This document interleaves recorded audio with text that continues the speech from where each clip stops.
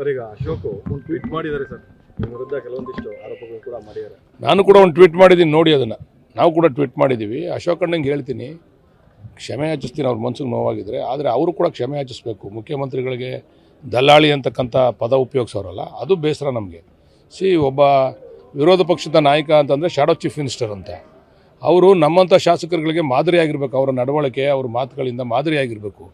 ದಲ್ಲಾಳಿ ಅಂತಕ್ಕಂಥ ಪದ ಉಪಯೋಗಿಸೋದು, ಬೇರೆ ಬೇರೆ ರೀತಿ ಪದ ಉಪಯೋಗಿಸೋದು, ಇದರಿಂದ ಬೇಜಾರಾಗಿರೋದು ನಮಗೆ ಅವರು ಹೋರಾಟ ಮಾಡಲಿ, ಅವರ ಅಭಿಪ್ರಾಯಗಳನ್ನ ಮಂಡಿಸಲಿ ಅಥವಾ ನಮ್ಗೆ ವಿರೋಧ ಮಾಡಲಿ, ಅದೆಲ್ಲ ಪದ ಪ್ರಯೋಗ ಇದೆಯಲ್ಲ ಅಶೋಕಣ್ಣಂದು.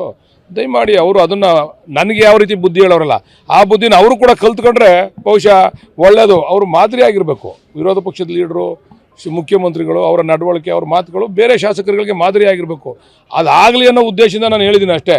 ಬೇರೆ ಏನಾರು ಅವ್ರು ನೋವಾಗಿರೋ ಕ್ಷಮೆ ಯಾಚಿಸ್ತೀನಿ ನಾನು. ಓಪನ್ ಸಿಗಲಿ ಅಂತ ಹೇಳಿ ಸಿಎಂ ಅವ್ರನ್ನ ಓಲೈಕೆ ಮಾಡ್ತಾ ಇದ್ದಾರೆ.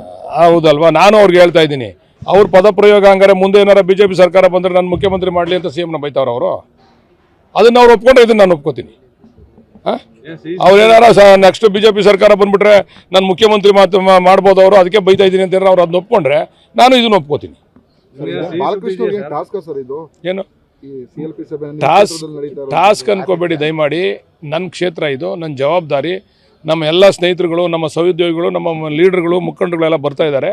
ಇದು ನನ್ನ ಜವಾಬ್ದಾರಿ. ಯಾಕಂದರೆ ನನ್ನ ಕ್ಷೇತ್ರದಲ್ಲಿ ನಡೀತಾ ಇದೆ. ಬೇರೆ ಕ್ಷೇತ್ರದಲ್ಲಿ ಹೋಗಿ ಮಾಡಿದಾಗ ಅದು ಟಾಸ್ಕು. ನನ್ನ ಕ್ಷೇತ್ರದಲ್ಲಿ ನಡಿಬೇಕಾದ್ರೆ ಬರ್ತಕ್ಕಂಥ ನಮ್ಮ ಮುಖಂಡರುಗಳನ್ನ, ಶಾಸಕರುಗಳಿಗೆ ಗೌರವ ಕೊಡ್ತಕ್ಕಂಥದ್ದು, ಆತಿಥ್ಯ ಕೊಡ್ತಕ್ಕಂಥದ್ದು ಅದು ನನ್ನ ಕರ್ತವ್ಯ. ಅದು ಯಾಕೆ ಟಾಸ್ಕ್ ಅನ್ಕೋತೀರಾ? ಇಲ್ಲ, ಇವತ್ತೇನು ಚರ್ಚೆ ಇಲ್ಲ ಸರ್. ಮೋಸ್ಟ್ಲಿ ಚುನಾವಣೆ ಕಳೆದ ನಂತರ ಹೈಕಮಾಂಡ್ ಮಟ್ಟದಲ್ಲಿ ಅದು ಚರ್ಚೆ ಆಗ್ಬೋದು. ಅಲ್ಲ, 13 ಸಾಲ 15 ಸಾಲ ಸರ್ಕಾರ ಅಂತೂ ಇದೆಯಲ್ವಾ, ಎಲ್ಲ ಇಲಾಖೆ ನಡೀತಾ ಇದೆಯಲ್ವಾ, ನಡೀತಾ ಇದೆ. ನ್ಯಾಚುರಲ್ ಅದು ನ್ಯಾಚುರಲ್ ರೀ. ಯಾರು ಕೇಳಿಗೆ ಎಲ್ರಿಗೂ ಹಕ್ಕೈತಲ್ವೇನ್ರಿ? ಯಾಕೆ ಕೇಳಬಾರ್ದು? ಅವರು ಎಲ್ರಿಗೂ ಹಕ್ಕಿದೆ ಕೇಳಲಿಕ್ಕೆ. ತೀರ್ಮಾನ ಅಂತಿಮವಾಗಿ ಹೈಕಮಾಂಡ್ ಮಾಡಿದಾಗ ಎಲ್ಲರೂ ಕೂಡ ಒಪ್ಕೊಂತಾರೆ.